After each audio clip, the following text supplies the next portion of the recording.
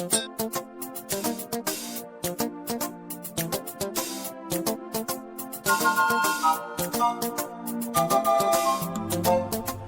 evening. It's a Thursday. Welcome to Prosperity Insights on your hot station, number one for news and entertainment with Rev Water, featuring a little bit of Harvey here and there. Hi, Rev. Hey, how you doing? I'm a big good. fat shout out to all of everybody out there listening by radio.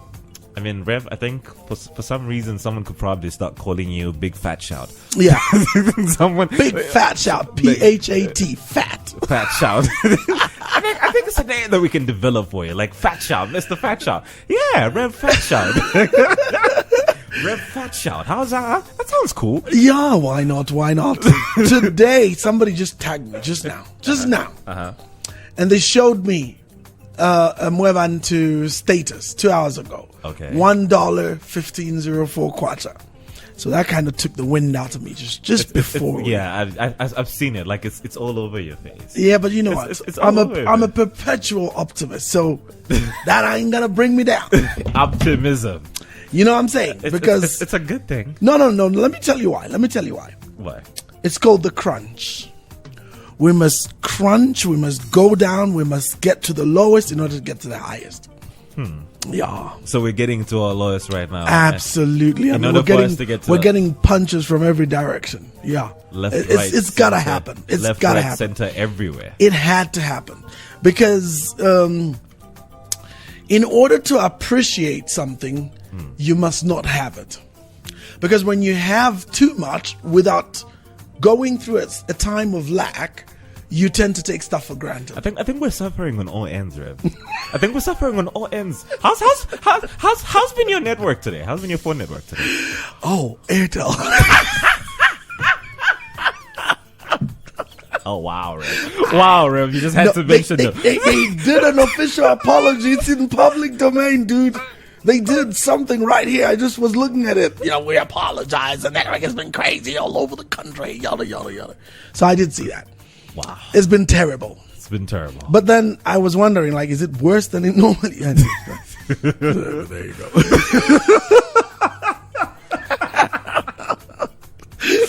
Oh, wow. But yes, welcome to Prosperity Insights on your hot station, number one for news and entertainment. Absolutely. And today we're talking about something completely upbeat. We're going to physics. Upbeat, yes. Quantum leap. You know, the first time I heard about the concept of a quantum leap, I knew the TV series, first of all. So I was thinking, is that the TV series? That whole, like, you know what I mean? With that Dean Stockwell doing his thing on the calculator, and then they move from one time zone to another. Yeah, so that's what I was thinking, like Quantum Leap. I know the TV series from back in the 90s, Quantum Leap, time of X-Files. But then I had known that in physics, that terminology, quantum leap, is where it comes from. Yes. So according to physics, a quantum leap, or the phrase, comes from a scientific term in physics. A quantum leap is an abrupt, and this is deep, because I want to start from there. It's an abrupt change of a particle from one state to another. Yeah. At first, it was believed that this process was random. So, like, if you go 90s, 80s, 70s, 60s, I mean, of course, you had the Niels Bohr and them from, like, back in the 20s, and Einstein and them, and Heisenberg, who had already predicted mathematically that there is some deep stuff to quantum physics, very deep stuff. I mean, but quantum physics has always been something. It's a very strange form of physics. In fact, it takes, when you start studying quantum physics, just take all your classical physics and throw it out the window. But you know something I've realized about people who have really gone into quantum physics? Like, you will notice one thing about them: they are not sane. Well, you need to stop thinking linear. That's the bottom line. You need to stop thinking linear, because it doesn't make sense anymore. You got to think lateral. So you got to think completely outside the confines of physics as you know it. So classical physics, everybody knows, to every action there's an equal and opposite reaction. To all of that. When an object is moving in one direction, it keeps going out. Like out. Because in quantum physics, everything just goes crazy. At quantum level, totally crazy. But here's the interesting part. At first, it was believed that the process of quantum leaping was actually, random. But the advance of technology, like 2017, it had become 100% proven through particle accelerators and bombardment that it is not only random but can be controlled. Now, for me, that's groundbreaking. That is huge. So what these guys in science are saying is there's no randomness in the universe. Believe it or not, there is no randomness. That word random doesn't exist in the universe because everything in the universe is predictable and, here's what they say, controllable. So when you say controllable, then it gets deep. It gets very deep. You know, and for me, that's very exciting because I want to start by doing something one of my great mentors, I've got quite a number now. One of my great mentors had to deal with me in helping me beginning to understand this because we are the product of our environment, and people think, people take that statement very lightly, but I'm dead serious. It is so deep a truth that you practically, Harvey, let's put it this way. 95% of the stuff you do right now is done subconsciously. You're in auto mode.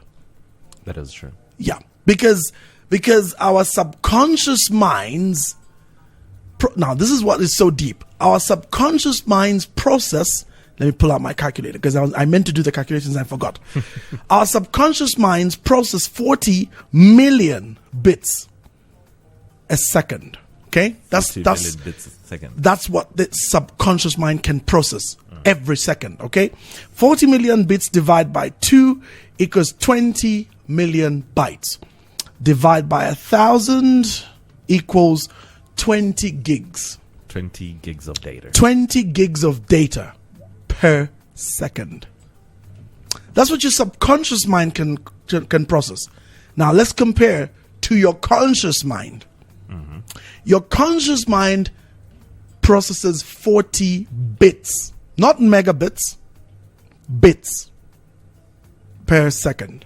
40 bits. Your conscious mind. That's why that is a huge contrast. No, it's a massive contrast. That means you and I are virtually on autopilot every single moment of our lives, with the exception of those moments of conscious thought. We are on autopilot. Everything we do, from swallowing saliva to sitting down to driving to eating to reading, everything we do is on autopilot. Because and I was just learning, because the moment I started this study, I really got so amazed by it, because I had to go start digging up all these teachers, right? And two profound teachers I came across. One is called Dr. Price Pritchett. The other one is called Dr. Bruce Lipton. Take on these subjects to a really deep level, and I give those names. Who again? Dr. Price Pritchett. Okay. And Dr. Bruce Lipton. Bruce Lipton is famous for his groundbreaking lecture called The Biology of Belief. And he goes really deep into that stuff. It's really, really deep.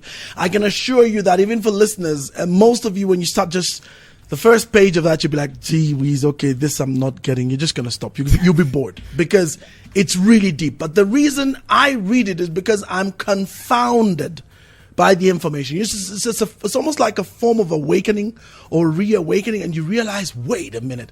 Because I heard this first from a neuro-linguistic programming teacher, and I never realized the depth of this whole 95% of my actions are subconsciously controlled. And 5% is the conscious mind. And this conscious mind only handles a very brief part. And to understand just how deep what I'm talking about is, when you drive, do you drive, Harvey? Yeah. Now you tell me, when you started driving, when you just got your provisional driving license, how conscious were you of your driving? Very. Extremely, like you saw everything. Guys coming. Oh my God! And corner. You'll be so nervous, corner. Like you see a car coming in front of you. Like, oh my God, guys coming! Yeah. You're freaking out, right? Yeah. Roundabout. Oh my God, this guy's gonna go. Big truck. Oh my God, big truck. Yeah. You know what I'm saying? Yeah. But once your mind gets conditioned, guess what's going on all this time that you're learning? Your subconscious mind is picking up patterns of how your body should move and react, and then it's recording them. It's like a tape recorder. It records every single thing you do, all experiences, what have you, stores them in this massive deposit called the subconscious mind, and then from there, it forms a system of operation. It automates the entire process. Today, you can get in your car and drive and be totally thinking miles away and not think about your driving. That is very true. You can carry out a full-fledged conversation on headphones with hands-free headphones, or you can have people in the car and be carrying out a full-fledged discussion, arguments and all, not think about your driving at all. Like from here all the way to your house, and even open the gate, get in and park, and you're not even. And if somebody says, "Did you see what happened when you're turning by the corner of?" Like what? Because it's programmed. It's programmed. It's automatic. Yeah. Now, can you imagine, Harvey? That's how our lives are. Wow, Rev. Yes. Like now you see, you mentioned that, and it rings bells, because many other times that sometimes you just do things and say, imagine a situation where you're going home with someone who hasn't been there before. So in their mind, they're thinking, oh, this is new. So they're trying to understand the whole place. And you're there, you've been there, you've seen everything. They will go there and they'll say, oh, did you see that? Oh, and you didn't even register. It didn't register because, you're on autopilot. It's just there. And now here's the part that's scary. Do you realize that 95% of our waking time, we're in that mode? With all the different things we do, from literally the moment we wake up, brush our teeth, bathe, whatever, eat, make breakfast, rush for whatever, do your thing, whatever. 95% of the time you're on autopilot. And this is why the product of your environment becomes a very powerful statement. Why? Because most of our lives, especially our cognitive life, not cognitive, the word is formative life, formative ages, between the age of 3 and about like 10. We are like this massive hard drive, just taking in the environment. And this is like learning. So it's like Dr. Bruce Lipton calls it the theta phase. So we are just absorbing. It's almost like a hypnotic state where you're just absorbing and absorbing. And because you're absorbing, two critical things happen. When you're learning, you don't have memory of learning. That's why it's difficult to remember those ages, because you're in a hypnotic state. But here's what is even more powerful.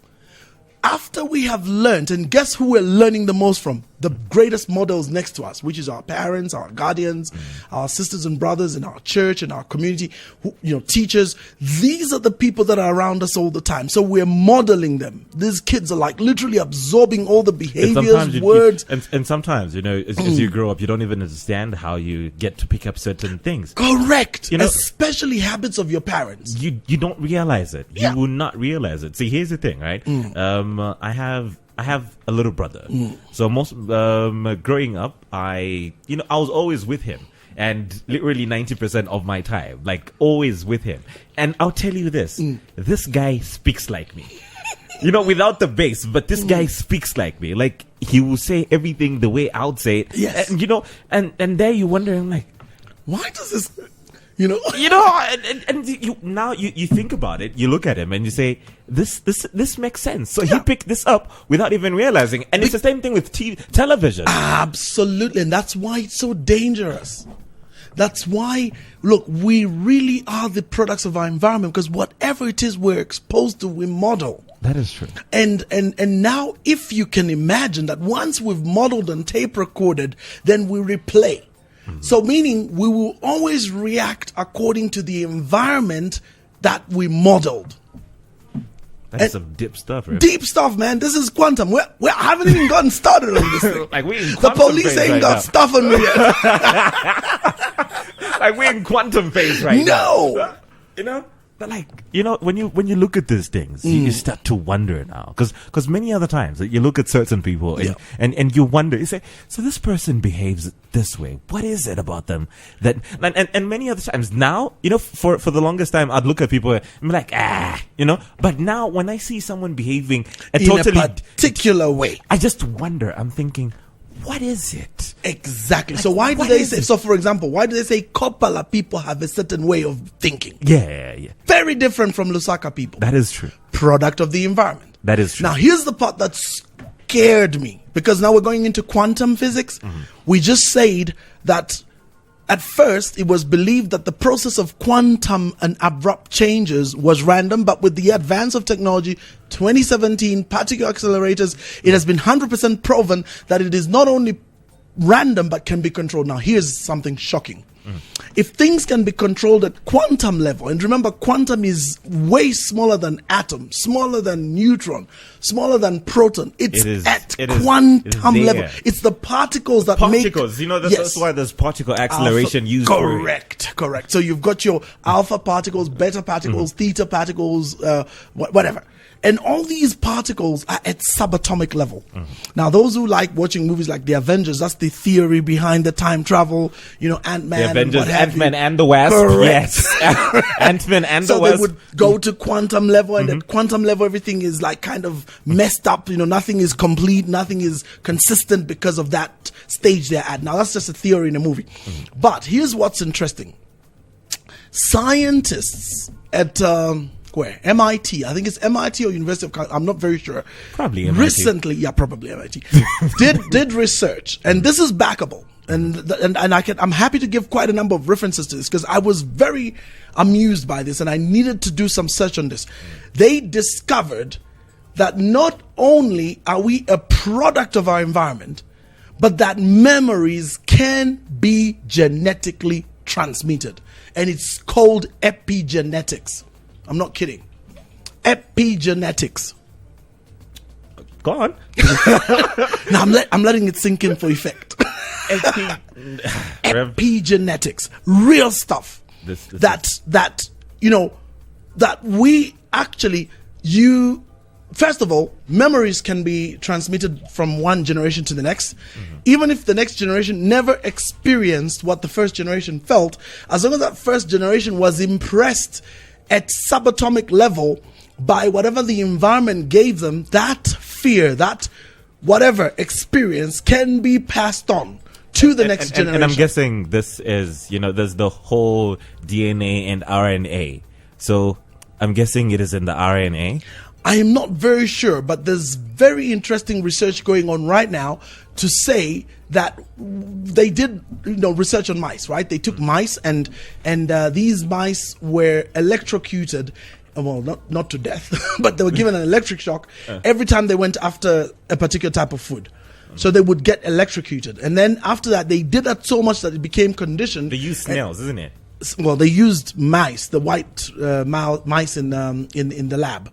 I know about snails, but I know the one about mice. And then what they would do is that after that, then these mice would be bred, and the next generation, believe it or not, would not go near the food. Rev, we're reaching groundbreaking stuff. This is still Prosperity Insights in your hot station, number one for news and entertainment. We'll be back shortly. We were doing something really interesting just before we took that break, and it was amazing stuff. So yes, we were talking of the transferring of memories, and you were mentioning of a research that was done sometime that was in 2016, if I'm not wrong. 2016, 2017. It's very recent. Yeah, 2016, 2017. So then, with that said, you had me thinking, and then I looked at something else, and then here's something groundbreaking as well, right? Yes. So UCLA is a university in the United States, and that's Los Angeles. Los Angeles, yeah. So neuroscientists reported Monday that they have transferred a memory from one animal to another via injections of RNA. This is ribonucleic acid. And this is ribonucleic acid. Yes. So a startling result that challenges the widely held view of where and how memories are stored in the brain. Wow. And here's what's even more shocking. If memories can be transferred, then that means memories can be fake. And the clone can be made. Now, before we even get to the clone, because I want to talk about quantum leaps here. Uh-huh. If memories can be transferred, then memories can be faked. And be controlled. No, and just faked as well. And one of the best examples of faked memories is something called the Mandela effect. Okay, now the Mandela effect, very, very interesting concept. Lots of people, probably this will be your first time of hearing about the Mandela effect. It's a very interesting concept. There's lots of very, very in fact, there's a movie coming out called the Mandela effect. Or I think it already came out. I'm not very sure. But the Mandela effect, by essence, is this concept that there was this great leader called Mandela. And everybody knows that Mandela in 1989 was freed, 1990, February, was freed. He was jailed for 27 years and then he was freed in 1990, February, went on to rule, to become the first democratically elected South African president, black president, and then ruled until he retired after 5 years, and then went on to be a great leader and statesman. But here's the interesting part. There's millions of human beings who swear that Mandela died in prison. And they watched his funeral on television. No, real. I'm not kidding. I'm not making this stuff up. I have heard this before. I have heard this before. I'm not making this up. And there's people that will swear on their lives that they do remember watching Mandela being killed. And, dying in prison rather, and being buried in a whole ceremony. Not that he ever became president. He never came out of prison. So because such a large majority of the population, a good chunk, not majority, but a good chunk of human beings actually believe this whole thing, it was termed the Mandela effect. So there's a whole thing about the Bernstein, the Bernstein cartoons, and there's a number of other events, big time world events that have all sorts of people having wrong views. I gave you an example of the Mandela effect the other day. And actually, for the Mandela effect, one of the favorite ones is to go back to, "Look, I'm your father." Oh. Yeah. Yes. You've hit there's something. People who swear, "No, he said, 'Look, I'm your father.'" And you play it back and says, "No, I'm your father." There's no look in that, but people can swear blind. Say look. That he said look until it plays back. And we played it, yes. We played it and you're like, okay. And even after playing it, I still went on to say, "Look, I'm your father." So question. How is it possible that a whole bunch of people would have that? So, of course, the interesting theories are that, no, we're in an alternate universe, and that guys came and tinkered around with the universe, especially in 2012. There was a supermaster alien race that came and tinkered around and switched the entire, universe and moved us into an alternative reality, so that we slipped out of the other universe. In 2012, the world ended. That's the theory. In 2012, according to the Mayan calendar, the world ended. What we watched in the movie 2012 took place. These theories. No, but then these super beings realized that they came before their time and they were not supposed to do it, so they had to re-engineer reality. So they moved us into an alternate universe where 2012 doesn't end. Wow. But that, much as it sounds nice, Mandela is not real. The more real situation is false memories. Wow. False memories. And that is the Mandela effect. Yes. It's false memories. It's believing. Now watch me coin this. Now watch me coin the Mandela effect. Let's go. Let's do it. So yeah. So false memories is more the likely explanation. That a whole bunch of people can actually develop a memory of something that never took place. And they can believe it. And the funny thing about memory and recollection by the mind is that the more you hear something, the stronger the reinforcement of it becomes. That's why eyewitness account becomes very questionable when time passes. And that's why it's more reliable when it's written at the time it occurs rather than later. Because the longer it takes, the more somebody's divorced from the events, the more they develop false memories and impressions and innuendos and prejudices to add to their memory. So Mandela effect essentially is people just believing the wrong thing based on wrong memory and then living off that wrong memory and taking it as a fact. Now here's the part that's even scarier. That too can be transmitted to the next generation. Wow. And this is why... And you may discover that you've been living a lie. Exactly. This is why we are a product of our environment. This thing about the environment is so profoundly powerful, we have no clue to even begin imagining the effect it has on people. This is why if your environment tells you, especially for me who's big on the whole idea of emancipating black people, if your environment tells you you're black, you're ugly, you're useless, you're inferior, you're at the bottom of the food chain. Here in Africa in 1800s, you guys were running around in birthday suits with pretty much nothing to your name. If the environment teaches you that and you believe it, you will pass that on to the next generation. Let me tell you, some people have never seen white people, and I don't mean this in a negative way. So, you know, when you say that, when the environment tells you you're poor, when people who are around you, people who you listen to, people whom you want to believe are always telling you you're poor, and you cannot make for anything. Correct. If you will go on thinking that way, and there are people who will go out today and tell you Zambia is a poor country. Yes. We're a poor nation. Yes. We're poor people. Yes. Because certain people keep telling people this. This is what they keep telling them. Because for me, I don't understand how a poor country can have so many people clamoring over it every day. We have shopping mall after shopping mall opening in Zambia. And non-Zambian shopping malls too. We have Chinese literally falling over themselves to come and settle in this country. We have all these Zimbabwean white farmers who've migrated into Zambia.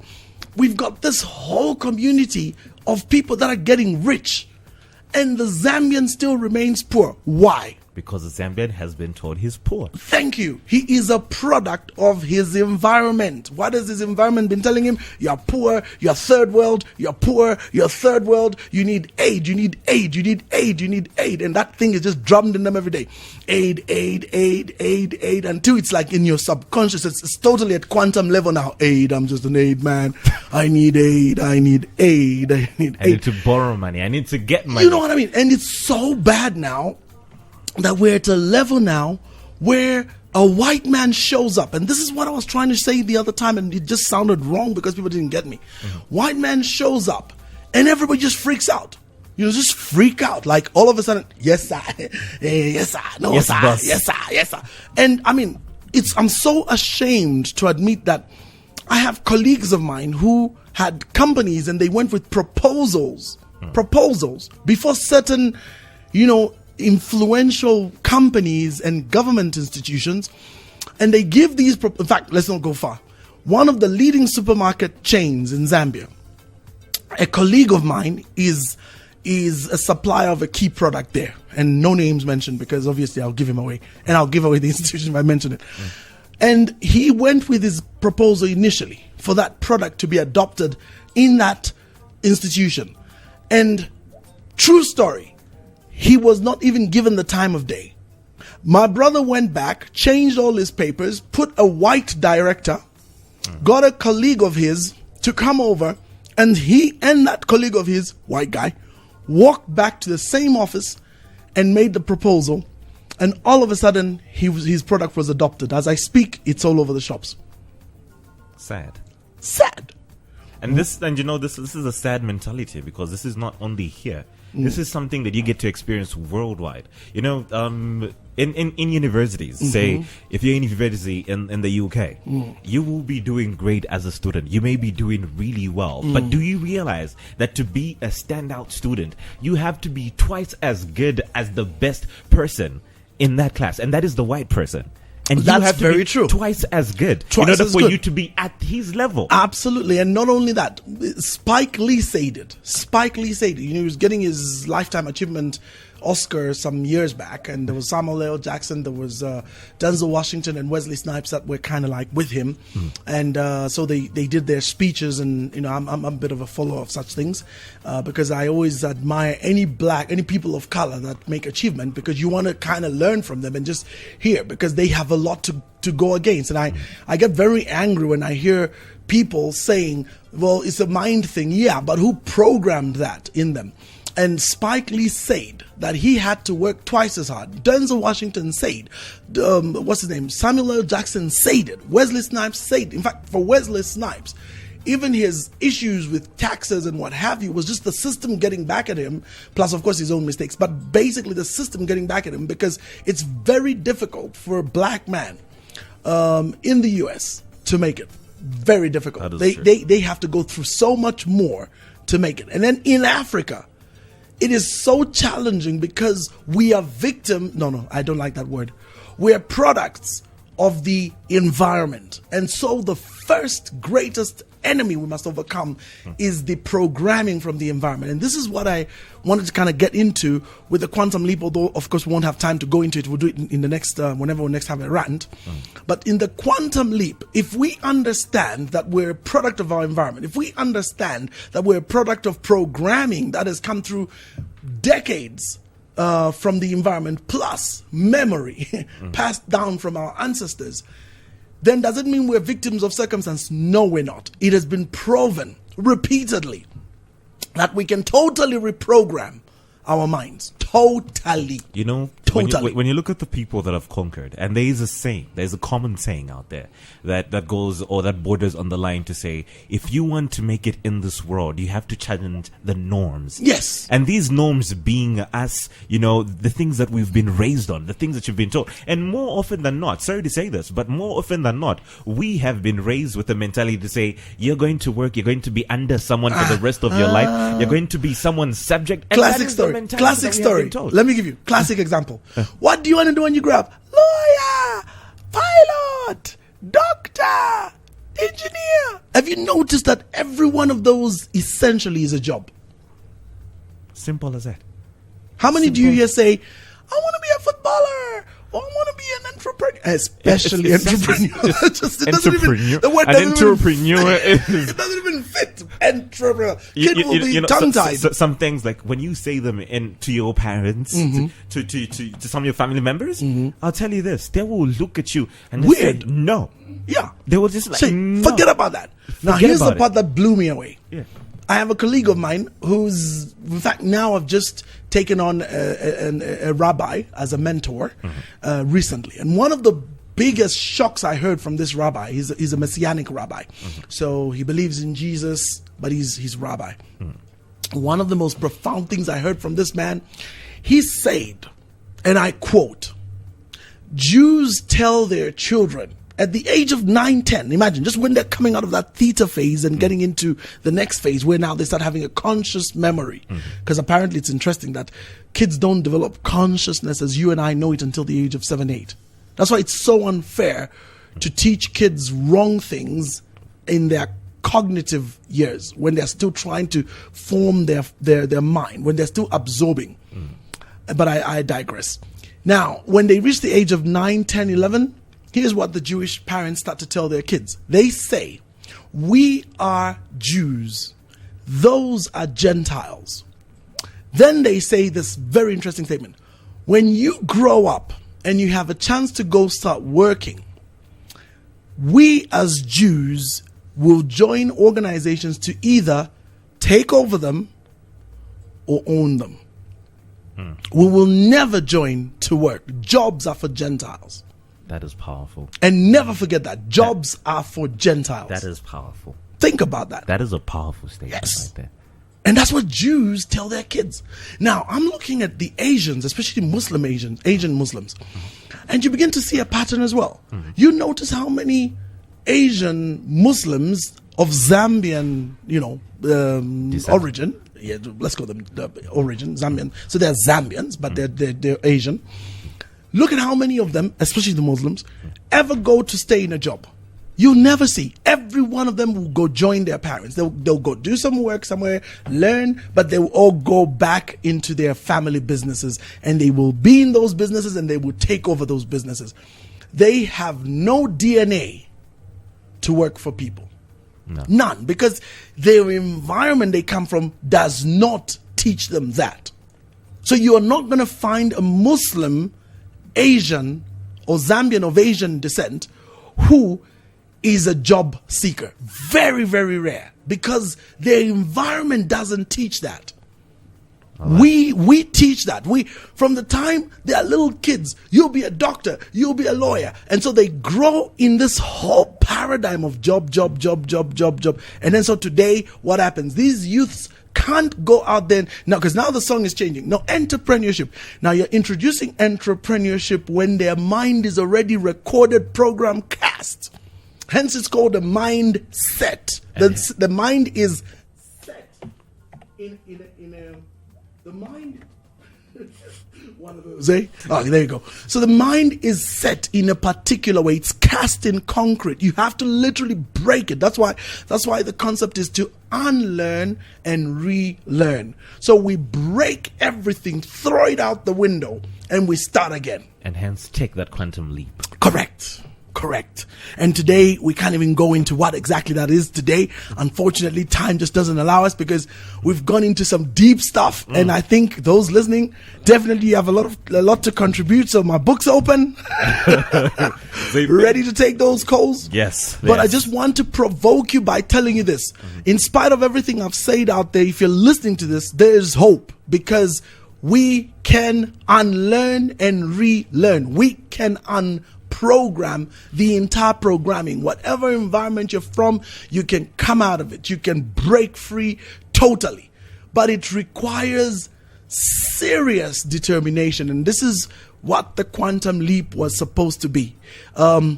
I'm gonna before we get into calls, I'm gonna recommend for you one small little book but very profound called U Squared by Dr. Price Pritchett, where he kind of takes this whole thing. I mean, there's a number of people who've spoken about this. I mean, Mark Yarnell got me started on this journey. Yeah. He does the quantum leap. He speaks about the quantum leap. He talks about the reticular articulation system, which he got from another Harvard doctor who did research to show that there's a system that literally behaves like a personal secretary in our mind that filters out everything we don't need to hear and only focuses on what we need to hear. And that comes from our environment. So whatever the environment programs into the subconscious takes as fact. And this is where that statement I told you before comes in. Everything is perception. And there's a profound research that was done by another doctor, again, who came and made an even more profound statement. He said, our perception of reality is superior to the events that actually happen. Our perception and reaction to those events is superior to the actual event itself. Now, you know, so it's not what happens to you that matters, but it's your perception of how and what it means when it happens. How you perceive it. Yes, this is why somebody can have their leg blown off in war. You've seen that, and it's real. Like in Saving Private Ryan, they were not exaggerating that. Where somebody's hand is blown off, and this guy is in so much shock, he goes, picks up his hand, and he runs off. But his hand has been blown off, and it doesn't register. It doesn't register. His mind is so fixed on getting away. His mind doesn't recognize, wait a minute, that's my hand I just picked up. It doesn't register because their mind at that time is totally focused on the objective. And this is why they say the objective based on your perception is superior than what is actually going on in your environment. And this is where we get the term that it's not what happens to you that matters. It's how you deal with it. It's how you take it. It's how you handle it. That's what matters. And somebody can insult you. It's not the insult.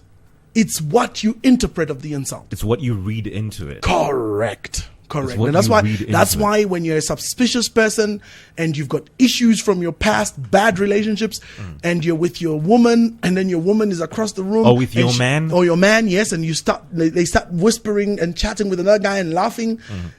if you're coming from a messed background, guess what? You're gonna be having issues. You perceive it as something that it is not. You'll start going on. Oh my God, what's going on? Hey, well, next thing it'll be a big quarrel for absolutely nothing. But if you come from a background where you don't have issues with that, she could be holding hands and chatting and doing high fives, and it won't matter. That is because your mind is not messed up. Your mind is in a particular mold. So if it's in a negative mold, you see everything negative. When it's a positive mold, you see everything positive. That's why the Bible says, to him that's pure, all things are pure. So that's where it comes from. Let's take those calls.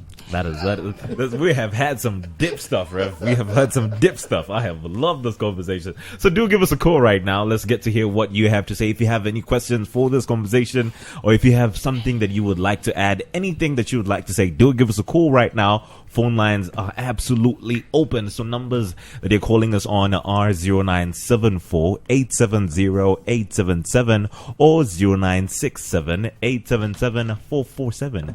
Give us a call and get to indulge in all of this dip stuff we have been talking about today. Rev, we mentioned to say perception and how you perceive things, and more often than not, this is the reality of life. Yes, because let's look at life from a perspective of an entrepreneur. Correct. Or let's look at life from a perspective of a young youth like me. Correct. You're starting out in life, and saying my mind is set on, I'm going to make it. Yeah, this is what I'm going to do. At this point, I'm going to do this. At this point, like you set goals for yourself and you say, at this point, I'm going to do this. At that point, I'm going to do this. And whatever happens is just not really going to matter. Yeah, because you have what we call a relentless pursuit. Good, thank you. How are you doing? Good. You're talking to Jake? Jake? Yeah, I'm calling from the Copper Belt. From the Copper Belt? Mingletainment! Nice. All right, Jake, talk to us. Good. I was following the program closely. I don't know if I need some substantial data because I tuned in, I think, the last 10 minutes, I think, before 19 hours. What time is this? This is 1927. 1927. So at least I listened for at least 30 minutes. So I know I didn't miss quite a lot. Okay. But the number of things I don't agree with the presenter. For example, he mentioned to say Zambia is not poor, because if it's not poor, there's no way we're going to have Chinese flocking here. And I think what he was supposed to do is to define what being poor means. Did I say it's not poor? I said Zambia is very rich. Well, fine. Yeah, it's very, very rich. Going by the same definition, which is Zambia is very rich, yeah. I still feel there was need for you to define what being rich means. What being rich? So what part did you not understand about that? No, I don't understand. I don't agree. You don't agree with what? So what you don't agree with is the fact that Zambia is rich.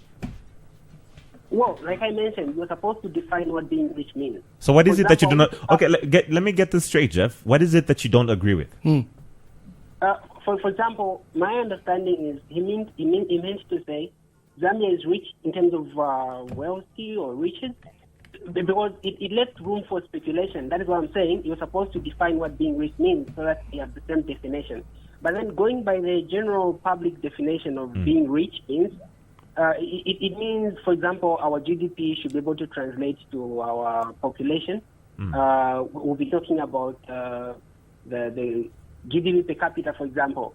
Because even in the region, our GDP is quite lower compared to Namibia, for example, or South Africa. We're not producing quite as much as we are supposed to.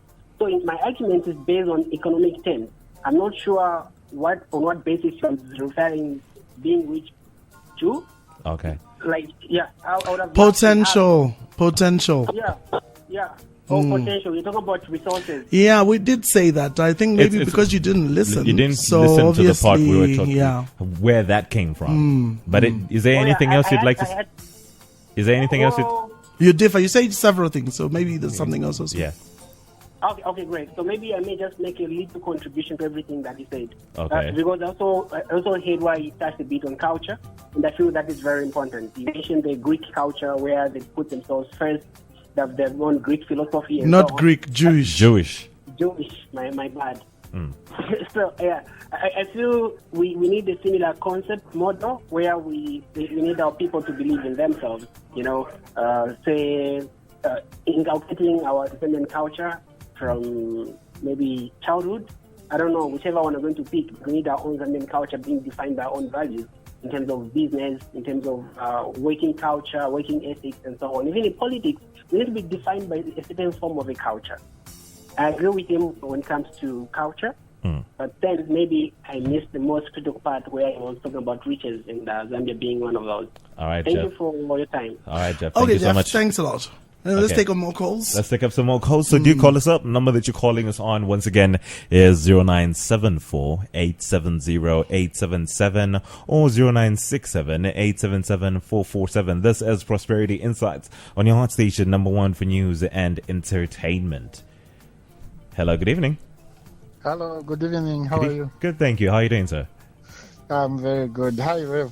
Hi, who are we speaking to? Daniel. I've been following you and I usually listen to this discussion. Unfortunately, which days does it take place? Is it only Thursday? Yes. Because I always chance it.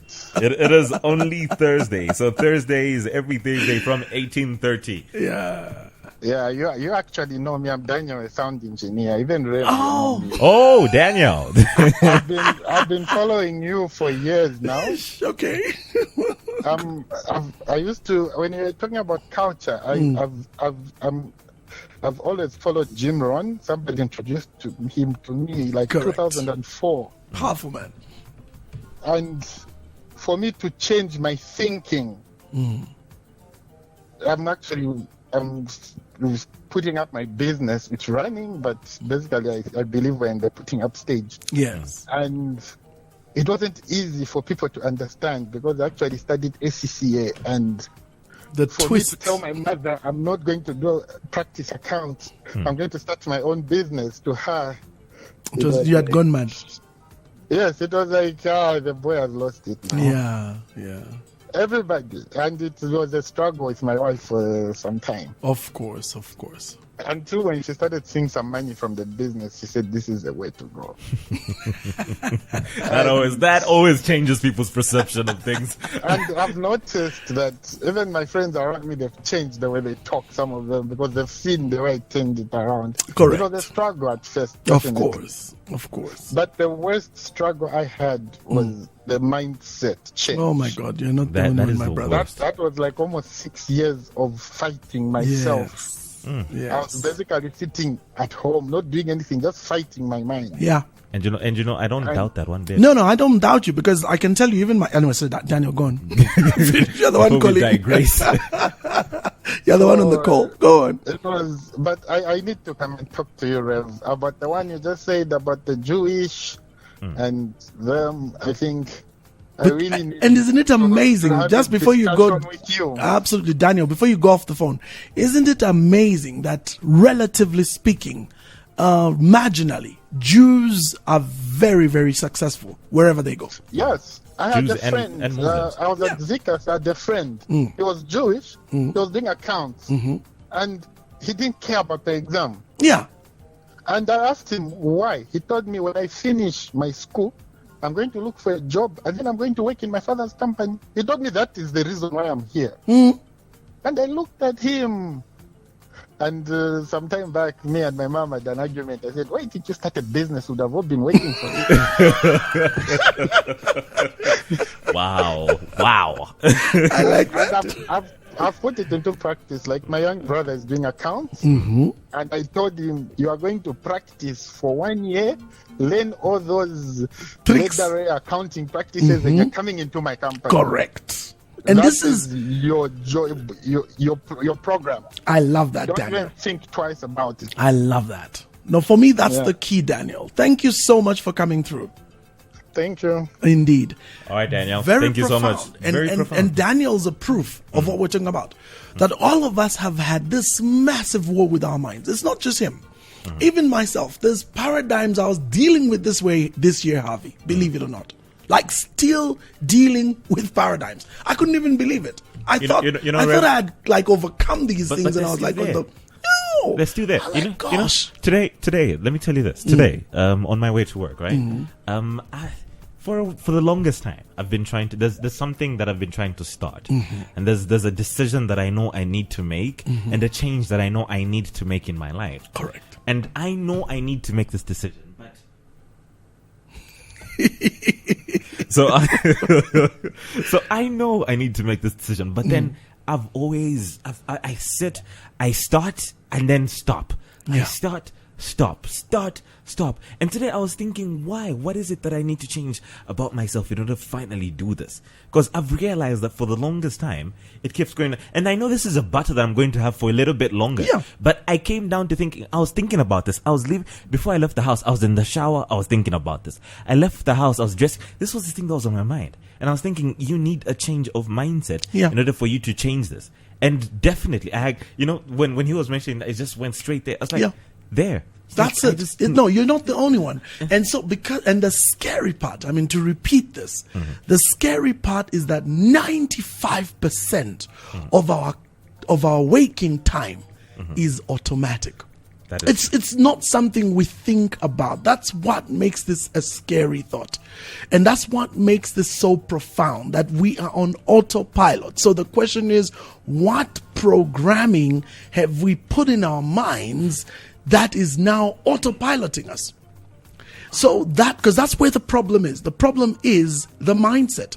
It's whatever is automatically programmed in that, subconscious mind, which operates at 20 gig per second of bits of data that it processes a second. That bit is the one that's running the show. So if that thing is messed up, God only knows. It means most of your behavior is at subconscious level. You don't even realize. It's like when people come and tell you, do you know you were just smirking? You say, me? Smirking? No, I didn't. Yes, you were. No, yes. Then there's a video they played back. Look, I did that. Yes. And you don't realize. You don't even realize. And it's in character too. How people behave, how people carry themselves. Because you must remember, character is the birth of thought. Remember we said, watch what you think because it will affect your emotions. Watch what your emotions are like because they will affect your words. Watch your words, they will affect your habits. Your character, your habits, your characters, your actions, whatever. And thoughts, habits come from that. And remember, habits are systems. It's ways of automatically doing things. That's why it's called a habit. You do it all the time, it becomes a habit. Let me close with this particular one that blew me away. Did you know that everything from bathing to applying lotion in your body to brushing your teeth, everything is subconsciously done? Subconsciously done. Yes. You don't think about how you brush your teeth, you just brush them. Because you brush them the same way all the time. So the brain doesn't, when you do something enough times, the brain automatically takes over. In fact, if I had to go biology a bit, it's called the limbic brain. The limbic brain is the one that controls all those involuntary parts of your body. That limbic brain is then what many believe is the habitation where you also have a big part of your supraconscious and your subconscious. So that subconscious part of you is very good at recording and automating processes. So even how you brush your teeth is an automated process. You don't think about it. So everything you do in your waking, what you were taught. Yes. So everything that we do in our waking lives is controlled 95% by automation. I'm telling you, that alone should be such a wake-up call for people like us to realize that, okay, so it's my subconscious behavior that affects where I get in life, not my conscious behavior. This is the reason, hear me well, and I live with a bomb. This is the reason positive speaking doesn't work.